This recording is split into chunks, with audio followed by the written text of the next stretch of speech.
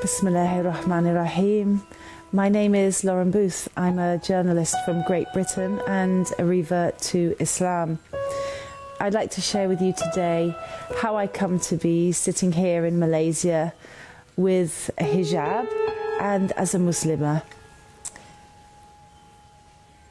I've only been a Muslim for 2 years, since 2010, and before that, as a journalist, I worked for newspapers who regularly printed stories that made Islam seem as if it was a violent religion, a religion for women who were oppressed and men who were aggressive.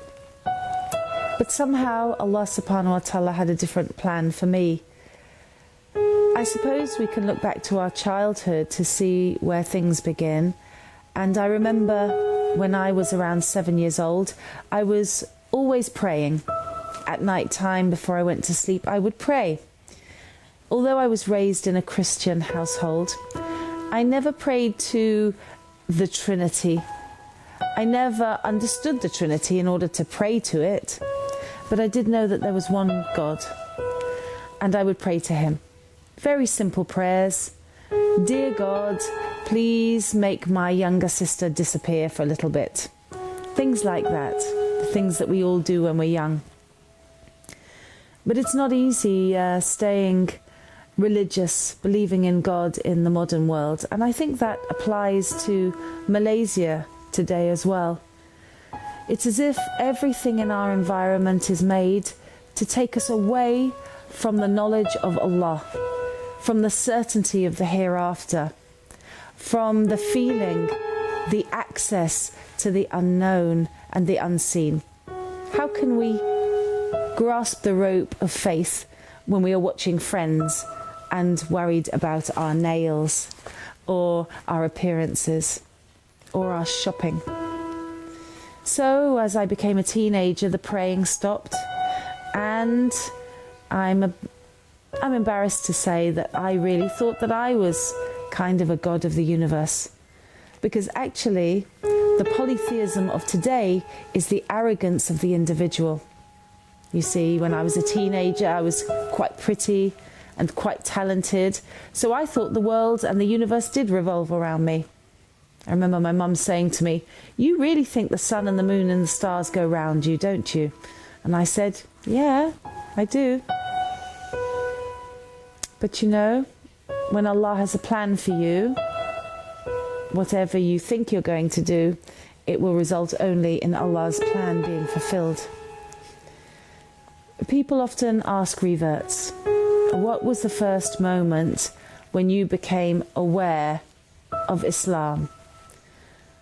Well, I think the first moment I became aware that the universe wasn't what I thought it was, that reality was different to how I thought, was in 2000. I was watching television and a picture came onto the evening news, and I'll describe it to you. It was of a young boy aged 15 years old, and he had a stone, a rock in his right hand, and he was about to throw the rock. And in the picture you could only see his back, but he seemed so strong, so confident, so powerful, that the back of this young boy took my breath away. And what was even more amazing was that just meters from this boy with the stone was a tank, and the tank was pointing its gun at him, but he wasn't afraid. The boy's name was Faris Odeh. Faris Odeh came from a place called the Gaza Strip, which I'd never really heard of, in a place called Palestine, which I sort of knew. 10 days after that photo was taken and it appeared on my TV screen, that young boy was shot dead by an Israeli sniper. He bled to death. A bullet went into his neck. He was 15 years old. But I didn't know that at the time. All I knew was that something wrong was going on in the world, and I wanted to find out what it was.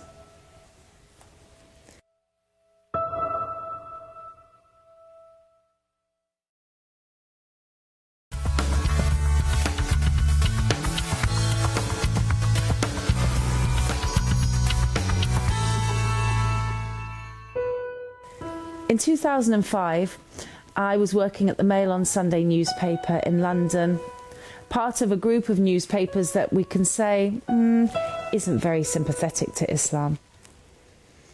I can't really explain why, but one day in December, I went into my editor's office and I said I'd like to go to Palestine. The elections were happening in January 2005. This was December 2004. And I wanted to cover them for the newspaper. Amazingly, my editor said, here's a check for your expenses. Go for 2 weeks and make a story, find a story. So I arrived in Palestine in 2005 in January with 3 phone numbers on a bit of paper and no other contacts and no other idea about what I would find. And I had a knot of fear in my stomach because somehow I did wonder if the Palestinians and the Muslims weren't terrorists. I wondered about my own safety. Of course I did. I caught a taxi from Tel Aviv airport and my driver was Palestinian. His name was Jamal. He said, "You can call me Jimmy." Jimmy Jamal drove me from Tel Aviv all the way to Ramallah on my first ever day in Palestine. And in an hour and a half he tried to teach me about 63 years of Israeli oppression of the Palestinian people. It was a very interesting car ride, as you can imagine. I remember at one point seeing a beautiful road on a hillside with nobody on it. We were on a rickety road in the valley. I asked Jamal why we didn't use the clear road with nobody on it, and he said, because I'm Palestinian, that's a Jews only road. If we go on that road, we'll be shot dead within maybe 5 minutes.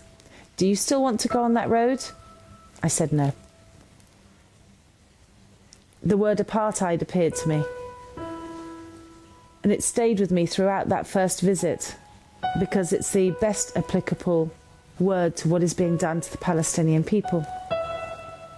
You may think I've gone a little bit off the topic here because we're supposed to be talking about Islam today, right? And how I came to Islam. But you have to understand that in order for us to enter Islam, non-Muslims have to have their hearts softened. And we have to be given understanding.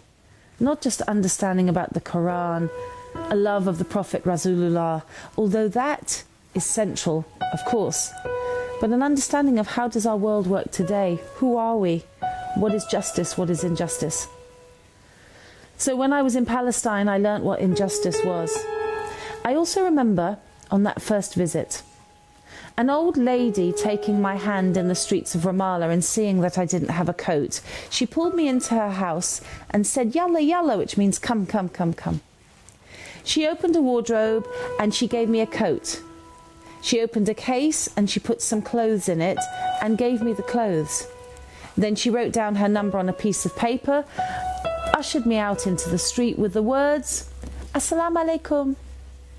She didn't know who I was. She didn't know if she'd ever see me again. But that act of generosity told me so much about Islam. It showed me that a woman who was a Muslim would not allow a stranger in her street to be cold. It didn't matter about the clothes she was giving away. They were just clothes. What was important was that she was looking after a stranger. From those first trips to Palestine, I learnt a lot about the nature of the Muslims, the generosity and the kindness, the way that the Palestinian people suffer under oppression and yet still say a word I heard over and over again, Alhamdulillah. I didn't know what it meant really at the time. I guessed that it meant thanks be to God, but I didn't understand the full weight of what that thanks means, what the interaction between servant and Allah really is when you say Alhamdulillah. At the same time, when you are in the process of coming to Islam, you must get dawah from somewhere. Dawah is an invitation to Islam, and it's usually accompanied by information. Well, as I didn't think in 2005, 6, 7 and 8 that I was actually looking for Islam, I wasn't seeking any knowledge. But you know what? knowledge kept coming and finding me. One of the most amazing places that I was getting dawah from was from Somalian taxi drivers. In London, the majority of taxi drivers in North London are Somalis. And may Allah be pleased with them, because they are the secret army of Islam. Right now, as I'm speaking to you, somewhere in the world, a non-Muslim man or woman is getting into a taxi cab, and the Somalian taxi driver is sharing a hadith of the Prophet sallallahu alaihi wasallam, and that person is being filled with curiosity at least, and possibly even love for Islam. So I would get into these taxi cabs and I would say salam alaikum because I'd been to Palestine, and the driver would always be interested. You speak a bit of Arabic. Oh, you know a bit of Islam. And then they would say, as the Prophet said to his wife Aisha, da da da da da. And they would give me a hadith or a surah from the Quran. And it got to the stage where I looked forward to getting into these taxis and learning more. You see? My heart was being softened for Islam. Of course, each of us must have a relationship with the Quran. And I did open the Quran before I came to Islam, but only once. I was given a Quran on the streets of Al-Quds, Jerusalem, by a young Palestinian man I'd never met before and I'd never see again. He said, "This is a gift to you from the people of Palestine. Don't forget us when you leave us." When I got home, I opened the Quran. I washed my hands. I didn't know about wudu, but I opened the Quran and I thought, I like the Muslims. They're good people. Let me find out what their book says. But Al-Fatiha seemed strange to me. I turned more pages. The book seemed to be shouted commands, and the voice seemed rather threatening. I felt scared. Imagine being scared of the Quran. But you know, Allah is the all-knowing and the all-wise. And if you come to the Quran in disbelief, or Allah has not prepared you for the Quran, it's not open to you. And at that point, it wasn't open to me. It was literally a closed book. I shut the Quran and I put it on a top shelf out of respect. And I never opened it again until after I'd said my Shahada. Can you imagine?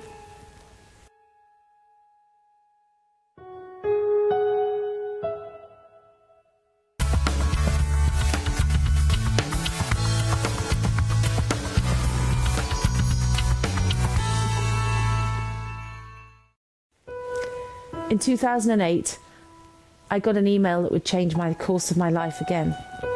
It said two things. Would you like to come to Gaza by boat? And call this number if you'd like to come to Gaza by boat. It was such a strange email. No boats had been to Gaza in Palestine for 44 years, because before that the Israelis had blown up the only boat that was going to go there in the 70s and had killed the organisers who were trying to sail to Palestine. But in 2008, a group of women from America started the Free Gaza movement, and they invited people around the world to break the siege of Gaza. A cruel, illegal siege, inhumane. The two boats left from Cyprus, and guess what? I was on one of the boats. I did call that number. I remember sailing overnight, 36 hours from Cyprus to Gaza. We'd all written our wills. I'd said goodbye to my children in a Skype message. And the next day, on August the 23rd, 2008, Gaza rose out of a mist. It was the greatest day of my life. And I know nobody on those boats will forget it. As we got closer, there were dots in the distance, and these dots turned into people. Tens of thousands of people. And they were shouting one thing. Allahu Akbar, Allahu Akbar, Allahu Akbar. You see, the Palestinian people thought the world actually cared about them at that moment. It was something great to be a part of. We were only supposed to stay 3 days, and then 3 days with the people of Palestine, then take the boats and leave for the safety of Cyprus. I had 2 young daughters who were in France. But somehow, on the 3rd day, I was there on the dock waving the boats away. My only certain exit from Palestine, from Gaza, was gone. I can't explain to you why I did that. Only Allah knows. It took me 30 days to leave Palestine. The Israelis wouldn't let me leave Eretz crossing, and the Mubarak regime guards would not let me leave through Egypt. I was trapped. I was trapped in Ramadan, in Gaza, with Muslims under oppression. And what a lesson that would be. Subhanallah. I thank Allah every day for that opportunity to be with the greatest Muslims of the Ummah today, the people who can teach us all the meaning of Alhamdulillah, the meaning of Al-Fatiha. That's in Gaza right now. I remember one night I went to have iftar with a very poor family in a place whose name I remembered, Rafah, the refugee camp where you may remember Faris Odeh had come from. A woman opened the door of a room in the refugee camp and she said, Assalamu alaikum rahmatullahi wa barakatuh. She seemed so happy I couldn't understand it. When I went in, she lived in a hovel. I asked her, why do you fast in Ramadan? It makes no sense to me. Your God makes you hungry. Your God makes you thirsty. Why are you fasting? This mother of Rafah turned to me and she said, with a face so full of light, I fast in Ramadan to remember the poor. I remember those words because she was so poor herself. And she didn't seem to realize it because she was just grateful to Allah for whatever she had. And at that moment, a key went into my heart and the words came to me, if this is Islam, I'm in. But guess what? Allah calls us the insan, and the minute I left that refugee camp, I forgot the feeling. But here's the miracle. In the intervening years, Allah subhanahu wa ta'ala never forgot me. 2 years later, I went into a mosque during Ramadan and I said a simple prayer, and as I sat down, I was surrounded by such immense peace and joy that I knew Islam was the truth. 7 days later, in London, I went into another mosque and I said the words, La ilaha illallah Muhammad Rasulullah, and I became a Muslim. And now, this is my 2nd Ramadan, and my daughters are fasting with me, and our life is one of completeness and gratitude. Gratitude to Allah for guiding us to this beautiful faith, and gratitude to all of you for being my sisters and my brothers. So I make dua that, like me, you will today recognize that Alhamdulillah is the strongest word we can be saying. Because you and I, we have freedom. You and I, we have children who are well. You and I, we have Islam. So please, remember to thank Allah every minute of the day for the blessings He's given you. Assalamu alaikum wa rahmatullahi wa barakatuh.